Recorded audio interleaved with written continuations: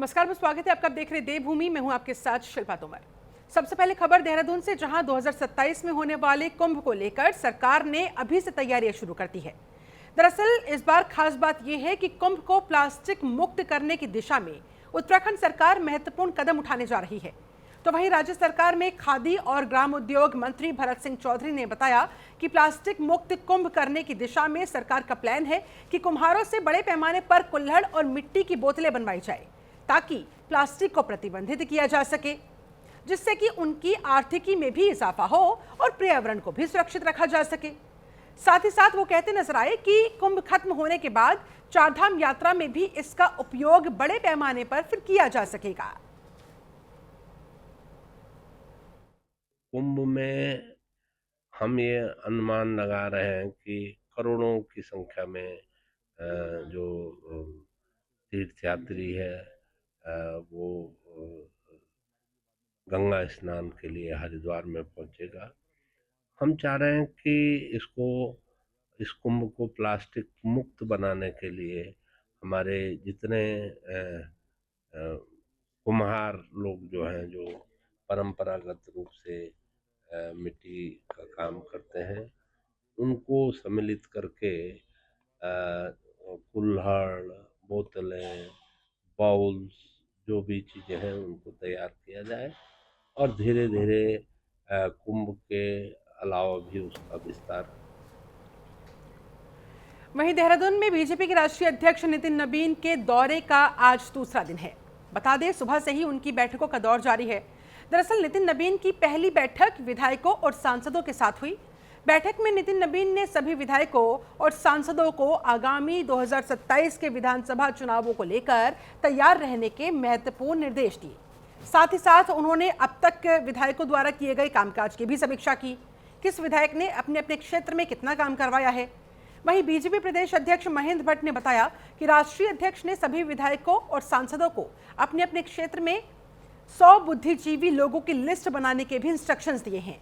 इसके साथ ही हारी हुई सीटों पर सांसदों को खास फोकस करने के लिए कहा गया है, ताकि अगली बार उन हारी हुई सीटें, यानी कि जहां पर अभी तक बीजेपी नहीं जीत पाई, इस बार जीत दर्ज की जा सके, 2027 में वहां पर फतेह हासिल की जा सके। इसको लेकर खास निर्देश दिए।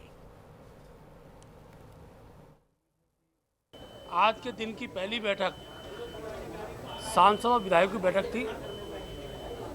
माननीय राष्ट्रीय अध्यक्ष जी ने 2027 के चुनाव की दृष्टि से सभी विधायकों और सांसदों को उन सब बातों की ओर उनका ध्यान केंद्रित किया जो चुनाव में जीत के लिए महत्वपूर्ण हो सकती है। प्रधानमंत्री मोदी जी के 12 वर्ष के कार्यों की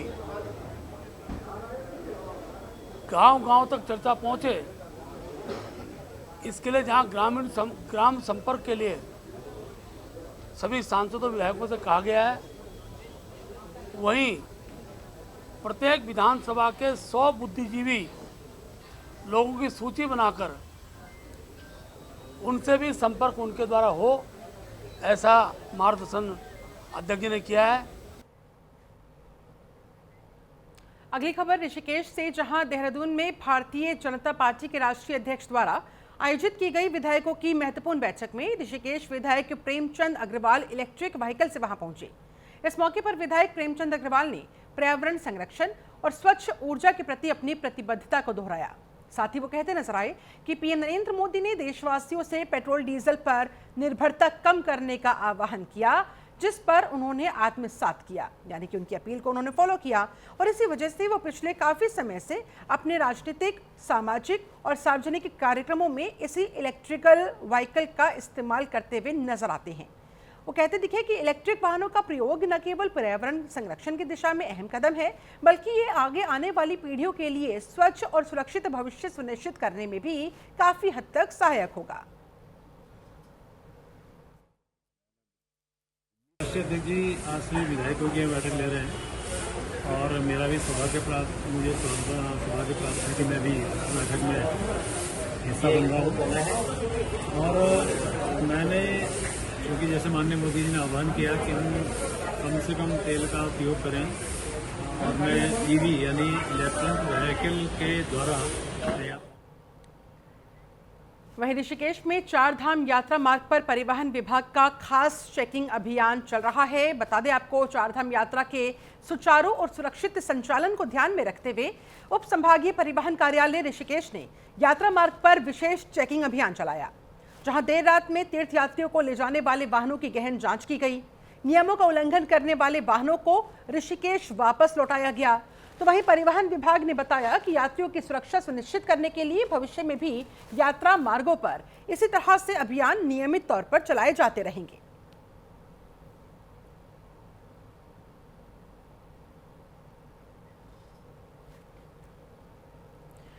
हरिद्वार में मतदाता सूची को लेकर विशेष गहन पुनरीक्षण अभियान की तैयारियां तेज कर दी गई है। दरअसल जिलाधिकारी मयूर दीक्षित ने जानकारी देते हुए बताया कि भारत निर्वाचन आयोग उत्तराखंड समेत हरिद्वार में भी स्पेशल इंटेंसिव रिव्यू यानी कि SIR अभियान शुरू कर रही है। बता दें आपको, इस अभियान के तहत 1 जुलाई 2026 की अर्हता तिथि को आधार मानते हुए मतदाता सूची का व्यापक सत्यापन किया जाएगा। तो वहीं DM मयूर दीक्षित ने भी ये साफ कर दिया कि यदि जिलाधिकारी स्तर पर अपील का समाधान नहीं होता तो संबंधित व्यक्ति मुख्य निर्वाचन अधिकारी कार्यालय में दोबारा अपील कर सकता है। यह अपील जिलाधिकारी के फैसले के 30 दिन के अंदर दाखिल करनी होगी। तो वहीं प्रशासन ने सभी मतदाताओं से भी अपील की कि पुनरीक्षण अभियान के दौरान BLO को सही जानकारी उपलब्ध करवाए, ताकि मतदाता सूची पूरी तरह से शुद्ध बनाई जा सके, उसमें कहीं भी कोई भी त्रुटि न रहने पाए। देखिए, भारत निर्वाचन आयोग के डायरेक्शन से क्रम में 29 मई से पूरे राज्य में और जनपद हरिद्वार में SIR की प्रक्रिया शुरू हो रही है। इसमें प्रथम चरण में ट्रेनिंग और एन्यूमरेशन फॉर्म्स की प्रिंटिंग आ गई, साथ ही एन्यूमरेशन फॉर्म का डिस्ट्रीब्यूशन उसके बाद ERO जो हैं, जो हमारे निर्वाचन रजिस्ट्रेशन अधिकारी हैं सभी विधानसभाओं में, वो उसमें ड्राफ्ट लिस्ट प्रिपेयर करेंगे। उसके बाद क्लेम्स एंड ऑब्जेक्शंस, जिनको कोई आपत्ति होगी या जिनके कागज़ पूरे नहीं होंगे वो कागज़ देंगे, उनकी सुनवाई होगी और उसके बाद 15 सितंबर तक लिस्ट फाइनल करी जाएगी। इसमें सभी पॉलिटिकल पार्टीज को, राजनीतिक दलों को अवगत करा दिया गया है प्रक्रिया से। वहीं ऋषिकेश के गुमानीवाला में दिन दहाड़े चोरों के हौसले बुलंद देखने को मिले। बता दें आपको, यहां पर चोरों ने एक बंद पड़े मकान को निशाना बनाते हुए लाखों की नकदी और जेवरात पर हाथ साफ कर दिए, जिससे पूरे इलाके में दहशत का माहौल बन गया है। तो वहीं पीड़िता अहिल्या देवी ने बताया कि उनकी पति की मृत्यु के बाद उन्होंने घरों में काम करके अपनी दोनों बेटियों का पालन पोषण किया। पाई करके सारी संपत्ति उन्होंने जोड़ी। एक बेटी की शादी हो चुकी है, जबकि दूसरी बेटी की शादी के लिए उन्होंने तकरीबन 3.5 लाख रुपये और जेवरात जोड़कर घर में रखे हुए थे। चोर वही रकम लेकर और वही गहने लेकर उड़ गए। हालांकि सूचना मिलने के बाद पुलिस की टीम मौके पर पहुंची, जांच शुरू कर दी गई है। आसपास जो CCTV कैमरे लगे हुए हैं उनकी फुटेज भी खंगाली जा रही है, ताकि चोरों के बारे में क्लू हाथ लग सके और उन तक पहुंचा जा सके, उन्हें पहचाना जा सके और उन्हें पकड़ा जा सके।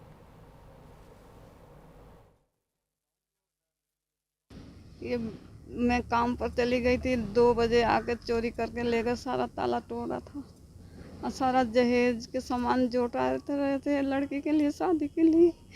सारा जेवर वो सब लेके चले गए, पैसे कौड़ी सब लेके चले गए। मंगलसूत्र, सारा गहना था, कान का झुमका उमका सब था। पैसे पूसे भी ले गए, कैश वगैरह ले गए वो? हाँ, कितना कैश था? 3 लाख से ऊपर था। उधर पौड़ी के विकासखंड कोट में भरत भंडारी के आग से झुलसने की घटना से पूरे क्षेत्र में हड़कंप मच गया। बता दें, जानकारी जो मिल रही है उसके मुताबिक भरत भंडारी अपने कमरे में मौजूद थे, तभी कुछ अज्ञात कारणों से उनके शरीर में आग लग गई, जिसकी सूचना मिलने के बाद ब्लॉक परिसर में अफरा तफरी मच गई। हालांकि कर्मचारियों ने तत्काल पुलिस प्रशासन को इस बारे में सूचित किया, जिसके बाद 108 एम्बुलेंस की सहायता से उन्हें जिला अस्पताल पहुंचाया गया, लेकिन उनकी गंभीर स्थिति को देखते हुए हायर सेंटर ऋषिकेश एम्स उन्हें रेफर कर दिया गया। तो वहीं इस मामले में मुख्य विकास अधिकारी मनविंदर कौर ने बताया कि प्रथम दृष्टया आग लगने के कारणों का पता नहीं चल सका है। उन्होंने खंड विकास अधिकारी कोर्ट को इस पूरे मामले की विस्तृत जांच के निर्देश दिए हैं। जी आज हमारे पास आए हैं जो पेशेंट आए हैं, ये इनको लगभग जो मेरे सर्जन साहब ने बताया गया कि 75% करीब झुलस गए हैं। ये लगभग पूरा ही शरीर जो है इनका वो आग की चपेट में आ गया है और हमने उनको हायर सेंटर के लिए रेफर कर दिया है, क्योंकि जो स्पेशलिटी उनको चाहिए वहाँ पे, इस पर बड़ा ऑर्गन का भी बड़ा इशू रहता है, काफ़ी ऑर्गन इफेक्ट होते हैं इस पर बाद में, तो वो हम यहाँ पर नहीं कर पाएंगे, तो इसलिए हमने उनको हायर सेंटर रेफर 108 के माध्यम से। अभी मैं भी एकेश्वर में थी, मुझे पता चला कि ऐसे एक कर्मचारी आग में झुलस गया है। ये तो नहीं पता चल पाया कि कैसे लगी आग उसके कमरे में, लेकिन ये है कि उसको तुरंत उन्होंने हॉस्पिटल पहुंचाया। हॉस्पिटल ने यहाँ पर उसका ट्रीटमेंट, जो प्राइमरी ट्रीटमेंट है वो करने के बाद, डीएच में उसका ट्रीटमेंट होने के बाद अभी उसको रेफर कर दिया हायर सेंटर। खबर हरिद्वार से, जहां आसफ नगर गांव से गिरफ्तार की गई सोनम नाम की युवती के मामले में धीरे धीरे चौंकाने वाले खुलासे हो रहे हैं। दरअसल आरोप है कि लेन-देन का कनेक्शन पाकिस्तान से जुड़ा हुआ है। वहां बैठे लोगों के इशारे पर सोनम ने गोपनीय तरीके से अलग अलग खातों में रकम भेजी। तो वहीं पुलिस की जांच में ये बात भी सामने आई कि सोनम के कब्जे से कई खाते, एटीएम कार्ड और पासबुक भी बरामद हुई है, जिनकी अभी जांच चल रही है। यही नहीं, सोनम ने पूछताछ में बताया है कि अब तक उसने अलग अलग खातों में 20 लाख की रकम ट्रांसफर की है, जिसके बदले में उसे 2 लाख के कमीशन के तौर पर भी मिला है।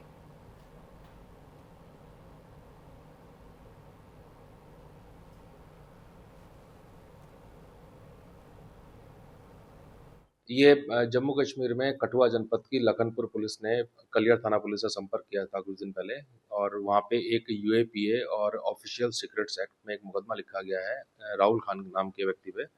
उसी तफ्तीश में एक सोनम नाम की लड़की का नाम प्रकाश में आया, जो कि कलियर थाना क्षेत्र की रहने वाली है।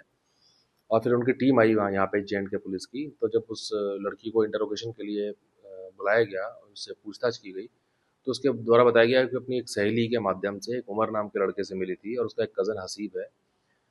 जब इसने बताया कि इसको पैसों की ज़रूरत है और आर्थिक रूप से कमज़ोर है, तो हसीब ने इसको कुछ सिम कार्ड, एटीएम कार्ड और कुछ पासबुक भेजी, और ये बोला गया कि इन अकाउंट्स को एक्टिवेट करने के लिए बोला गया। और ये बताया गया कि इन अकाउंट्स में जो पैसे आएंगे, और उसके द्वारा बताया जाएगा इन अकाउंट से विड्रॉ करके डिपॉजिट करने हैं, ट्रांसफ़र करने हैं, और यूपीआई आईडीज़ दी हैं उसमें ट्रांसफ़र करने हैं।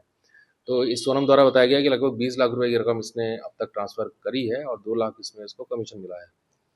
तो पूछताछ करने के बाद इसको J&K पुलिस ने अपनी हिरासत में लिया, और विधिवत तरीके से नियमों का पालन करते हुए वो उन्होंने इसको अरेस्ट किया।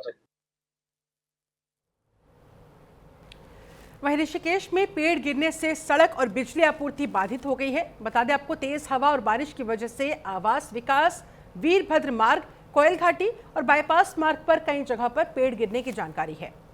ये देखिए तस्वीरें आपके सामने। पेड़ गिरने की वजह से सड़क यातायात भी बाधित हुआ। हालांकि स्थानीय प्रशासन और बिजली विभाग की टीम मौके पर पहुंचकर पेड़ हटाने और बिजली लाइन बहाल करने के काम में जुटी हुई है। फिलहाल प्रशासन ने लोगों से अपील की है कि अनावश्यक तरीके से बाहर ना निकले, बहुत ज़रूरी काम ना हो तब भी बाहर जाना अवॉइड करें। क्षतिग्रस्त पेड़ों से और तारों से भी दूर रहने की अपील की गई है।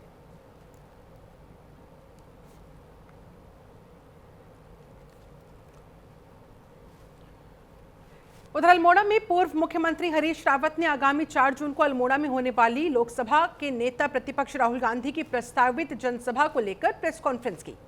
बता दें, इस दौरान उन्होंने कार्यकर्ताओं और आम जनता से भारी संख्या में वहां उस रैली में पहुंचकर इसे ऐतिहासिक बनाने का भी आह्वान किया। हरीश रावत ने कहा कि राहुल गांधी देश की जनता की आवाज बनकर लगातार जन सरोकारों से जुड़े हुए मुद्दों को उठाने का काम कर रहे हैं। आपका साथ हमको चाहिए।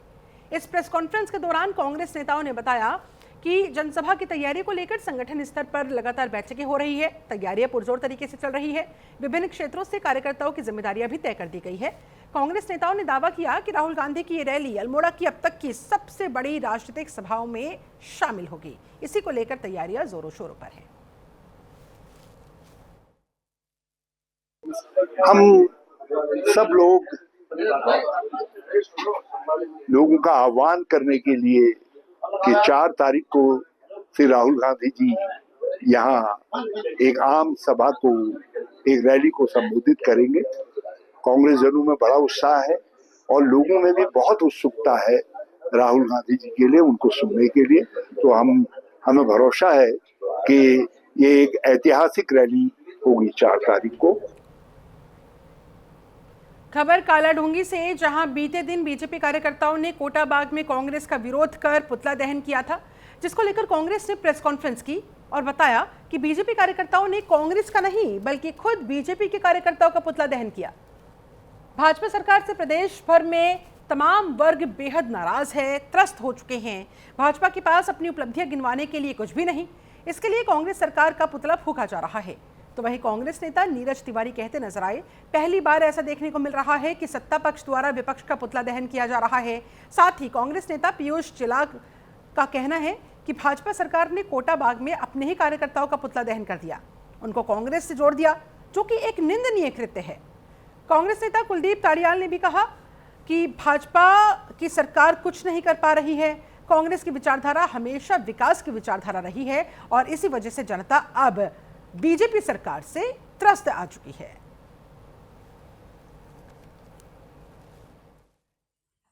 कि भाजपा ने अपनी नाकामी का पुतला फूंका है, क्योंकि कोटाबाग हो या फिर पूरी कार्डोली विधानसभा क्षेत्र हो, जबरदस्त तरीके से बीजेपी के जो शीर्ष नेता हैं उनका विरोध हो रहा है।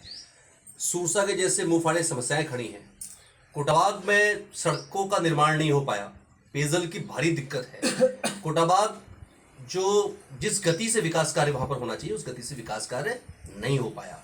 जो आप लोगों के कल से एक चल रहा है कि बीजेपी के कुछ कार्यकर्ताओं द्वारा समूह की महिलाओं को बरगला के कोटाबाग में ले आया गया और कांग्रेस का पुतला फूंका। लेकिन मैं बताऊं, कांग्रेस का पुतला, नाम जरूर कांग्रेस का था, बीजेपी ने अपने ही कार्यकर्ताओं का पुतला फूंका है। और वो क्यों फूंका है? जब बीजेपी के कार्यकर्ताओं ने क्षेत्रीय विधायक से सवाल पूछा कि आज कोटाबाग की सड़कों की दशा खराब क्यों है, आज कोटाबाग के अस्पताल की दशा खराब क्यों है।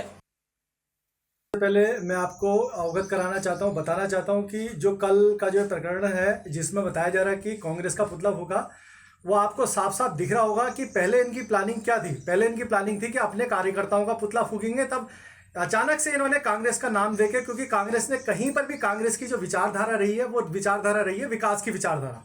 आप चाहे वहाँ का सामुदायिक स्वास्थ्य केंद्र ले लीजिए, वहाँ का पॉलिटेक्निक ले लीजिए, राजीव गांधी नवोदय विद्यालय ले लीजिए, या चाहे आपका महाविद्यालय ले लीजिए, आप तमाम वहाँ के आंतरिक सड़कें ले लीजिए, चाहे कितना भी विकास का कार्य आप देखेंगे कि पूर्व में ये कांग्रेस की देन है।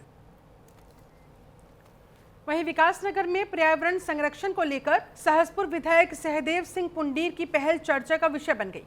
बता दें आपको, बीजेपी की महत्वपूर्ण संगठनात्मक बैठक में शामिल होने के लिए विधायक ने लग्जरी गाड़ियों की जगह इलेक्ट्रिक स्कूटी का इस्तेमाल किया। ये देखिए तस्वीरें आपके सामने। तो वहीं अब स्कूटी चलाकर देहरादून पहुंचे विधायक जी के इस कदम को पीएम नरेंद्र मोदी के मिशन पर्यावरण और मुख्यमंत्री धामी के ग्रीन उत्तराखंड विजन से जोड़कर देखा जा रहा है। स्थानीय लोगों और पर्यावरण प्रेमियों ने इसे प्रेरणादायक पहल बताते हुए कहा कि जनप्रतिनिधियों के ऐसे छोटे छोटे कदम भी समाज में बड़ा संदेश देने का काम करते हैं।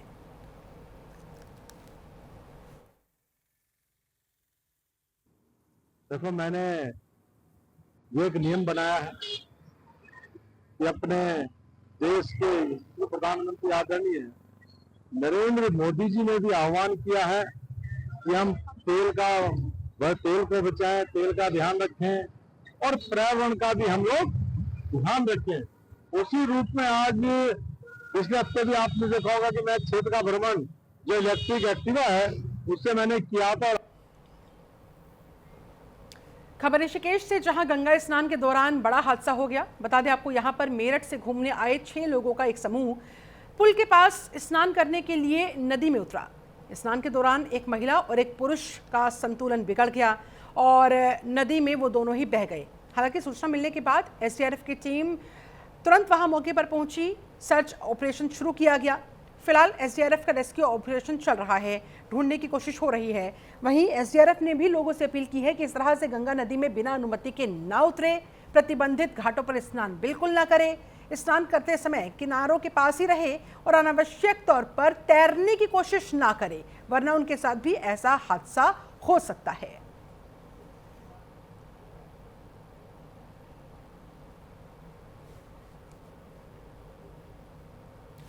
ऋषिकेश में भद्रकाली तिराहे के पास एक भीषण सड़क हादसा हो गया, जहां एक ट्रक और डंपर अनियंत्रित होकर दुर्घटनाग्रस्त हो गए।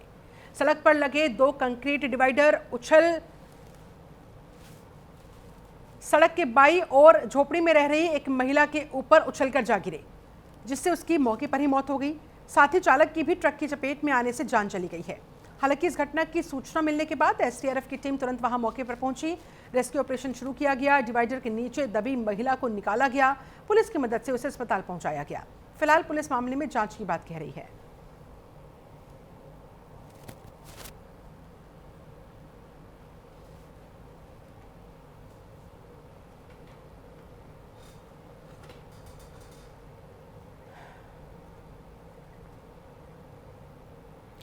देहरादून में राष्ट्रीय अध्यक्ष नितिन नबीन के उत्तराखंड दौरे को लेकर प्रदेश में राजनीतिक हलचलें तेज है। बता दें आपको, नितिन नबीन का 3 दिवसीय दौरा उत्तराखंड का, जिसमें 2027 विधानसभा चुनाव को लेकर क्या कुछ रणनीति अपनाई जानी चाहिए, इस पर लगातार मंथन चल रहा है। तो वहीं कैबिनेट मंत्री राम सिंह गेड़ा ने दावा किया कि भारतीय जनता पार्टी जनता के बीच लगातार पहुंच रही है, जनता के काम कर रही है। 2027 में भी पार्टी मजबूती के साथ वापसी करेगी। तो वहीं शहरी विकास को लेकर वो कहते नजर आए, प्रदेश में स्वच्छता, सौंदर्यीकरण और क्लीन एंड ग्रीन शहर बनाने की दिशा में लगातार काम हो रहे हैं। हमारे संवाददाता हरिवंश वशिष्ठ ने इन्हीं तमाम मुद्दों को लेकर कैबिनेट मंत्री राम सिंह गेड़ा से की खास बातचीत। सुनिए जरा। राष्ट्रीय अध्यक्ष नितिन नबीन उत्तराखंड दौरे पर है। 3 दिवसीय कार्यक्रम यहाँ पर हो रहा है। लगातार बैठकों का दौर यहाँ पर चल रहा है। बातचीत करने के लिए हमारे साथ राम सिंह खेड़ा कैबिनेट मंत्री हैं। मंत्री जी, किस तरह से देखते हैं नितिन नबीन यहाँ पर पहुंचे हैं? कार्यकर्ताओं में, सभी सांसदों, विधायक, मंत्रियों में कहीं ना कहीं उत्सुकता है। बताया जा रहा है कि 2027 की विधानसभा चुनाव के लिए कोई मूल मंत्र देंगे। किस तरह से देखते हैं? 2027 की तैयारी हमारी ऐतिहासिक चल रही है। माननीय हमारे राष्ट्रीय अध्यक्ष नितिन नबीन जी यहाँ पर पहुँचे हैं और हमारे राष्ट्रीय नेतृत्व पूरा यहाँ पर पहुँचा है। निश्चित रूप से सभी मंत्रियों को, सभी विधायकों को, भारतीय जनता पार्टी के सभी कार्यकर्ताओं को, पदाधिकारियों को निर्देश दिया गया है कि आप जनता के हित में, जो भारतीय जनता पार्टी का मूल मंत्र रहा है कि जनता के हित में काम करें, उसी अनुरूप हमें निर्देश दिए गए हैं। निश्चित रूप से जनता के लिए रात दिन हम लोग काम करते हैं और हमारे नेतृत्व का निर्देश है कि जनता के हित में काम करें और जनता के हित में जो भी यहाँ पर सवाल आते हैं उनका समाधान करें। तो निश्चित रूप से जो हमारे नेतृत्व का आदेश है, जो हमारी पार्टी का आदेश है, उसी अनुरूप हम लोग काम कर रहे हैं और फील्ड में जाकर के, ग्राउंड में जाकर के जनता की समस्याओं का समाधान हम करने का काम कर रहे हैं। और हमारी पार्टी 2027 में भी तीसरी बार रिपीट करेगी और निश्चित रूप से भारतीय जनता पार्टी की सरकार यहाँ पर 55 से ऊपर सीटें लाएगी। ये मैं दावे के साथ यहाँ पर कह सकता हूँ। अपने कैमरा पर्सन आशु भगत के साथ में हरिवंश वशिष्ठ, न्यूज़ इंडिया, देहरादून। चलिए इसके साथ देवभूमि में फिलहाल बस इतना ही। आप बने रहे न्यूज़ इंडिया के साथ। वक्त यहाँ छोटे से ब्रेक का है।